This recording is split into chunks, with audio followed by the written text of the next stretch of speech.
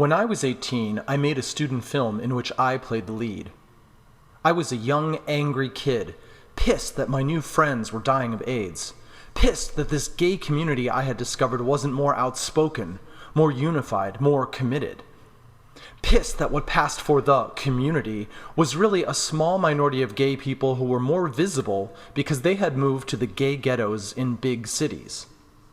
Pissed that the bars in these ghettos were packed while all the demonstrations were underattended. Pissed that gay film festivals and bookstores featured cute coming-out stories with hunky heroes instead of direct calls to action. And yes, I suppose I was more than a little hurt that getting laid as a relatively handsome 18-year-old boy wasn't the piece of cake that all those cute, homocentric films and books would have led me to believe. I was more than a little disappointed that most other 18-year-old boys didn't have the courage to face their desires until their 20s, 30s, or 40s, by which time they were so messed up and bitter they could only face their desires in the most secluded, secretive situations. So I made a movie about my disappointment and hurt and anger. It was one of those wacky art films, a mellow docu-horror drama featuring men who kiss. In the movie, my character sulks around Boys Town, Chicago, still called Newtown at the time, noticing all these men in their 20s, 30s, and 40s who are hanging out and holding hands and kissing and showing off their muscles. My character feels left out and lonely. So he picks up a kind of creepy older trick who takes him home and takes off his shirt and takes him in his arms and then takes his life. The last shot in the film shows my body in a dumpster, a gay bar rag over my face. A cute gay couple in their late 20s walk by, oblivious, unable to keep their hands off each other. It was one of those crazy cries for help, a cinematic rant, a seat on the celluloid pity pot. It was aggressive and awkward and absolutely unmarketable. Downright embarrassing in places thanks to my shameless overacting. Fellow film students offered polite, non-committal comments. At a university screening, a group of particularly outspoken homophobes cheered my character's bloody fictional demise. Later, the director of New York's Gay and Lesbian Experimental Film Festival called me personally to say, "Gay people don't kill gay people, Don."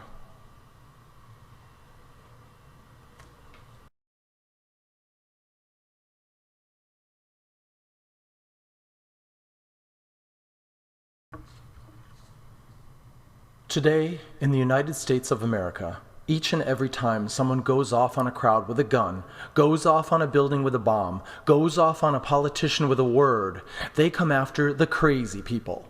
The ones who wear long black trench coats and listen to strange music and write crazy journals and paint weird pictures and make nutty films and speak goofy languages and cry out in anger and cry out for help and make love to people of the same or ambiguous gender and wear clothes that aren't considered appropriate for the gender she is supposed to identify with and live in trailers and in dive apartments and in unfashionable neighborhoods and don't own property and don't have a 401k and don't have a stock portfolio and don't have a viable career path, and don't believe the USA is always right, and don't believe what the politicians, what the church, what the media say.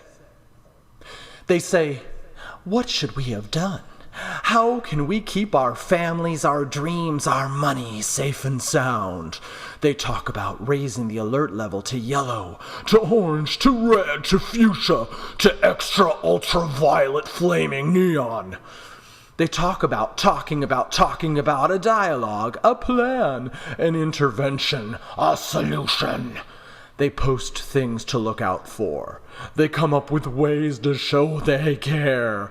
They make montages. They design logos, animated 3D graphics, holographic lead-ins, and kaleidoscopic lower thirds for the worst crime ever, for the worst rampage in American history, for the greatest God-fearingest war on terror.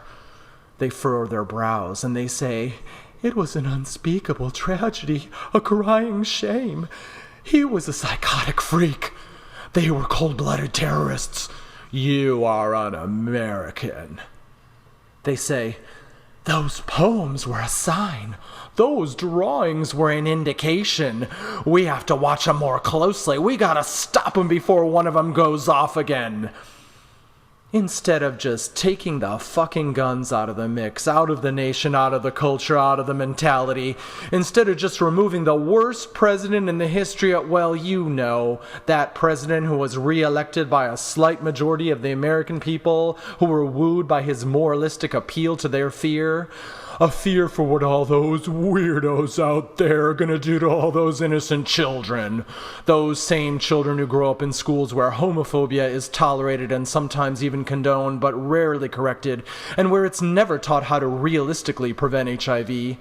Those same children who grow up in one of the 50 United States, the vast majority of which now have laws actually banning same-sex marriage and domestic partnerships.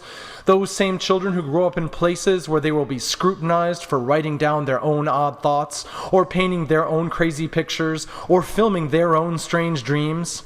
Those same children from among which, I don't know, tens of thousands of artists and hundreds of thousands of soldiers will emerge, along with a couple of snipers. And the media will ignore most of the artists, wave a little flag for the dead and wounded military, and give each sniper a full week of primetime coverage.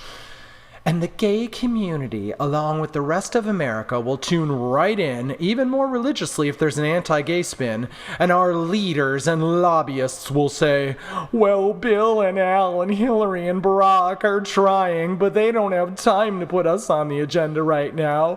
They're doing all they can, but it's a really conservative time, so we can't expect new marriage laws, anti-gay bashing laws, HIV prevention guidelines, or even a reversal of any of those anti-gay laws that have just passed.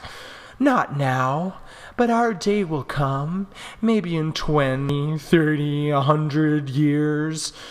And I watch my crazy teenage film with my bad acting and the fake blood and the grainy images, and I think maybe it's not so crazy after all. That maybe I'm still not ready to settle down in this nation with a Loverman in our community, because I don't really have one yet, because I know that people, including gay people, do kill gay people over and over again every day.